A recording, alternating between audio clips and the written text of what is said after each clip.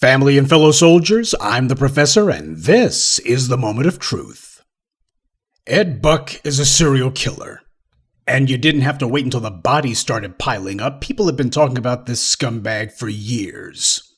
But then again, when you look at the Jeffrey Epsteins and the other politically connected psychopaths out there, you find out that there is a very large, thriving, and well-protected subculture dealing in all manner of illegality, allowing those who are sufficiently politically connected to be able to engage in whatever level of criminality they want with impunity. Just like Jeffrey Epstein, Ed Buck was bumping elbows with and hobnobbing with the rich and powerful on both sides of the political aisle. He was a big political contributor to the Democrats. He gave money not only to Hillary Clinton, but also to Barack Obama. And given Buck's habit of luring and murdering LGBT black men, it makes sense that he would have a keen interest in supporting Obama. I don't know whether Ed Buck ever invited Barack Obama to his apartment or one of his homes for a nice little private chat and a little libation, but I suppose it's a good thing for Barack Obama that if he did get the invitation, he never accepted it. But all the money that this scumbag had been giving to the Democrats in particular over the years, and all the people who had been taking money from him, you'd think they didn't at least hear about what the hell it was he was into, and they didn't make so much as a peep of protest. Perhaps it was just a case of professional courtesy. Barack Obama had no problem sitting on his hands, watching as black people, in particular black men, were being murdered in the streets, and he didn't have anything to say or do about it. So when Ed Buck is running around killing black men, I guess Barack Obama's looking and going, hey, professional courtesy, don't want to step on anybody's toes, don't want to bust up their hustle.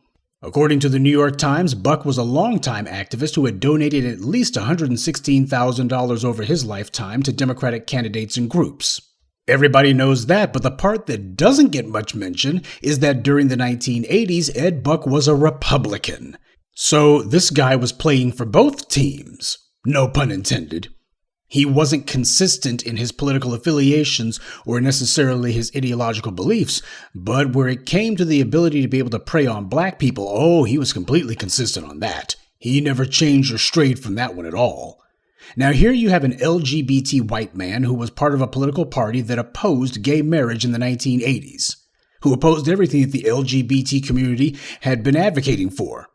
And yet, Ed Buck had no problem being one of their big supporters 35 years ago.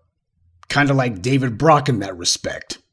Now, one would think with all the scandal around Ed Buck for the last few years, even with the authorities having been forced to finally bring charges against him, all those Democrats he gave money to have been quiet as church mice, but the Republicans, they've also only been at most giving passing mention to him, because apparently they're a little bit apprehensive about what might happen if people start talking about Ed Buck a little bit too much. People might point out that, hey, wasn't this guy a Republican booster long before he became a career Democrat donor?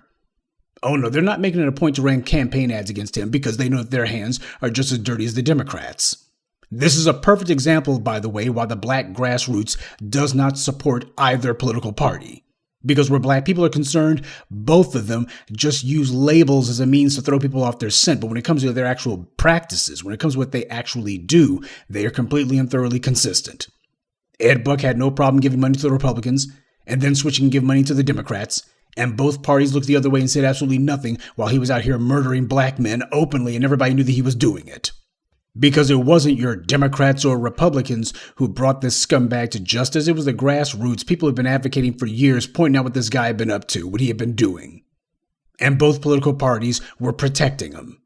And while it's good that this animal has finally been put in a cage 30 years for what he did, now, there's people he murdered that he hasn't been charged with, but this guy, for what he did, killing two people, running around trafficking drugs, if he had been black, they'd have dropped the doggone courthouse on him, but of course, that's the point. He's not black. 30 years. What does that mean? He'll be up for parole in 5 or 6. Prosecutors had said that they wanted for Buck to get a life sentence.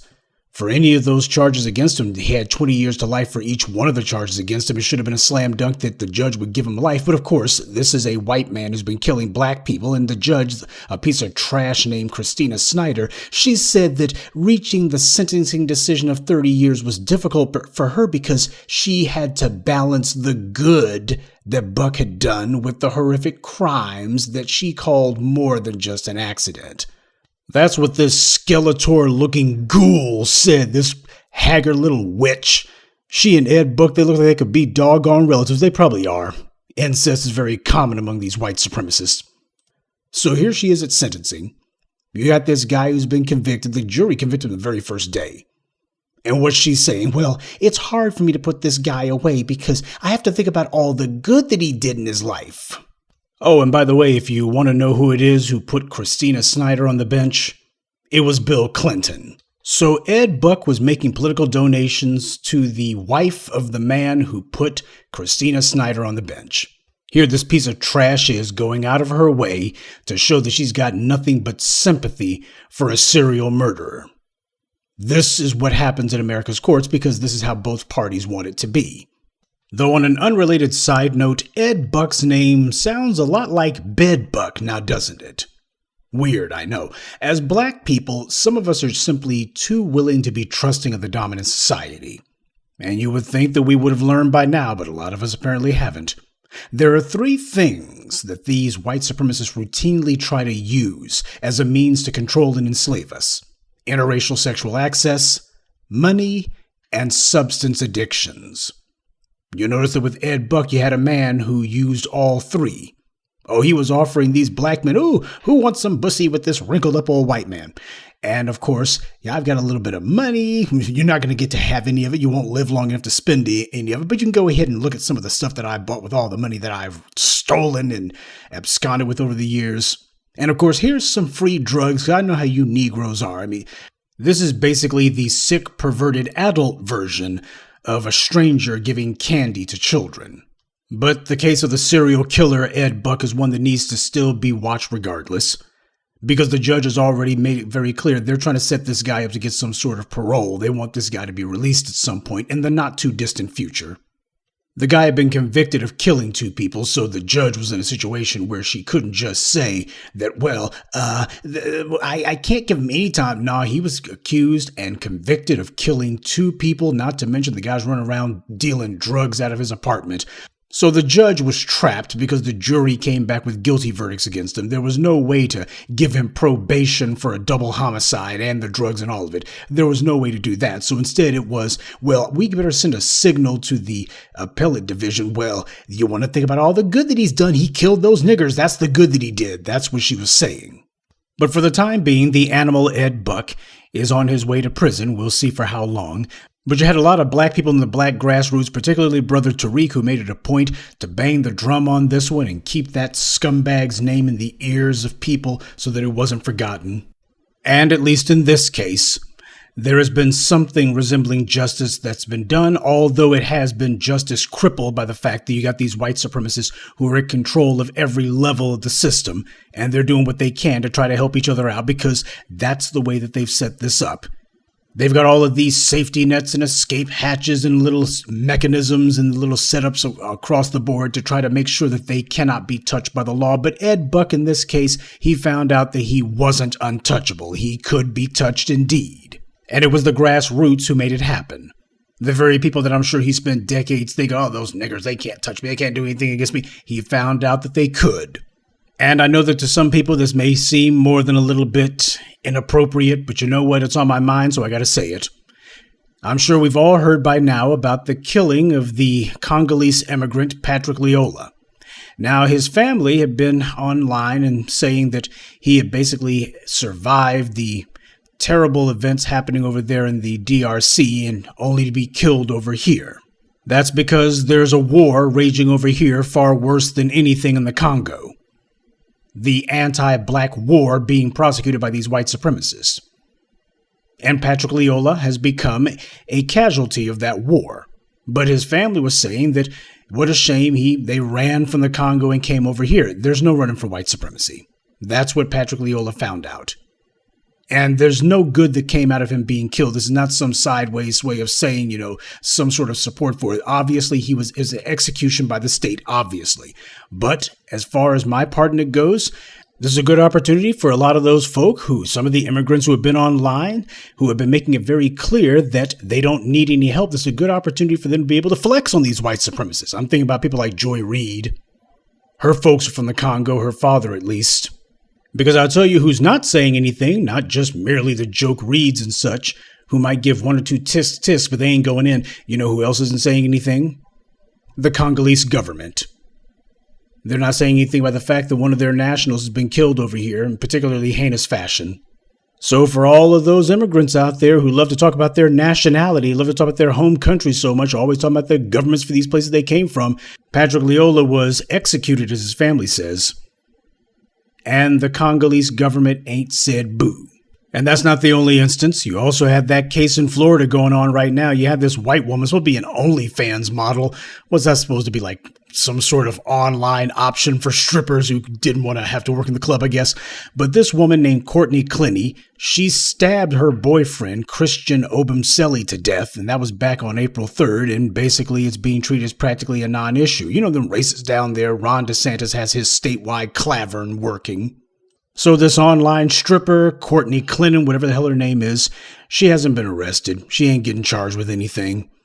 And the family of the deceased, his brother was posting online saying the bottom line is inextricably clear. Courtney is being treated differently because of her privilege as a wealthy white woman. Oh, okay. So now we got these people from overseas, we got these Nigerians now who finally realize that there's such a thing as white privilege and wealthy white women, and I don't get it. Maybe if they explain to Courtney Clinton how hardworking they are, maybe if he explained that they're not like the lazy Akatas. I'm not saying that these guys subscribe to those kind of beliefs, but the point that I'm trying to make is, isn't this the time to be bringing out some of those talking points? Maybe that would be useful. Just go ahead and tell them about your hard work ethic and you come from a good family and you're not like these lazy folk over here. Oh, except that didn't make a difference though, did it? See, the problem with a lot of these immigrants, these African immigrants coming over here is they think to themselves that they're exotic somehow. That's one of the delusions that the white supremacists have allowed them to operate under. Because it does not harm the Courtney Clintons to believe a lie like that. It doesn't harm her to indulge the lie that there's something exotic about this guy. No, as far as she's concerned, he's just another nigger. Now he's a dead one. And that's exactly how those other white authorities down there are about it. Nonetheless, I'm not going to say to them that they should hold their own. In fact, I'll say the opposite. I wish them the best of luck. Though, as we've seen in the cases of Amadou Diallo and Abner Louima and Patrick Dorismond, and as we've also seen in the cases of Akai Gurley and Botham Jean, they're going to need all the luck that they can get.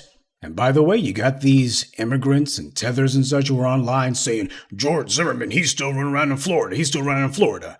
Yeah, well, the murderer of Mr. Obumseli, she's back on OnlyFans now selling her content. She's running around to bars and such, free as a bird. And it's not as if people don't know where she's at. See, with George Zimmerman, people don't know where the hell he's at.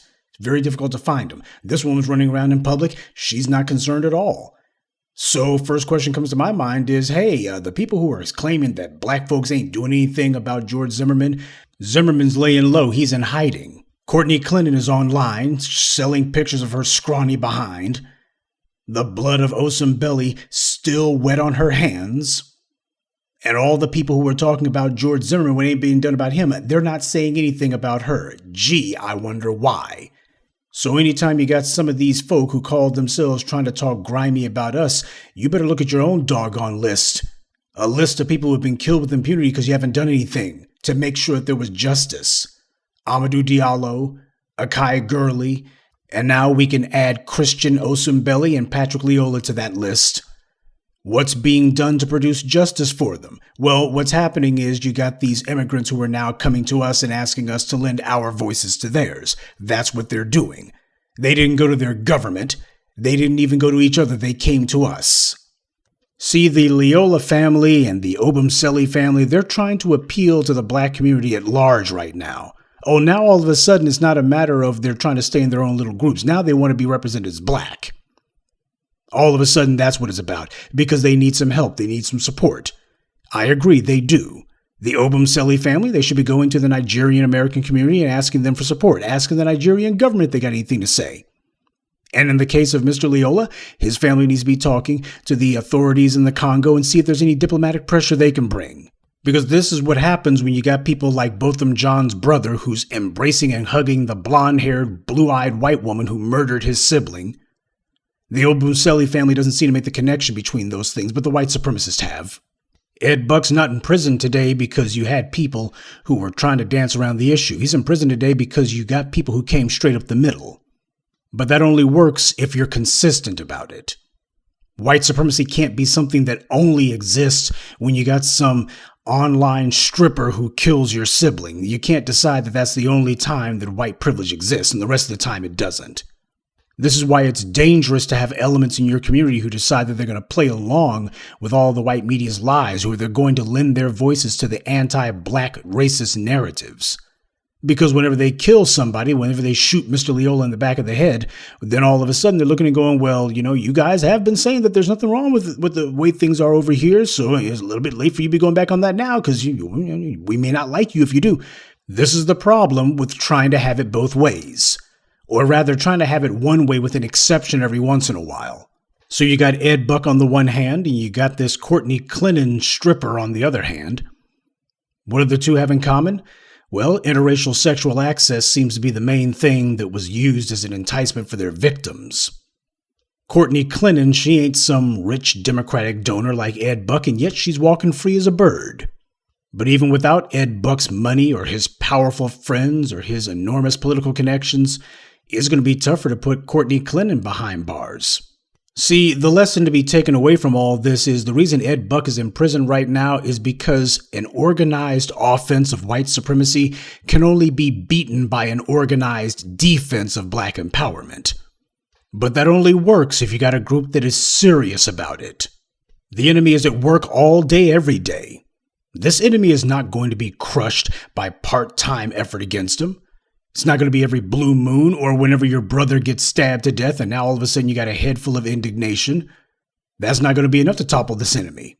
But if people decide that they do want to get serious about it, if they want to make it very clear that there's not going to be any sort of compromise on this, we make our focus punishing these white supremacists, and all of their money and their political connections all of a sudden lose a hell of a lot of their effectiveness. That's also one of the lessons that comes out of this as well. When you think about what's in store for Ed Buck next, well, the irony is as perverse as the man himself. After spending decades trying to get as close to black men as he possibly could, now he's going to be spending the next 7 to 30 years trying to keep as far away from them as he can. Good day, and be one. I'd like to take a moment to mention some of our contributors. Dark Black, Mary Bass, Daryl Bledsoe, DSC Bland, and Christopher Ellis. Salute to them and thank you to everyone for listening, liking, and sharing this message. Black empowerment only exists because of you.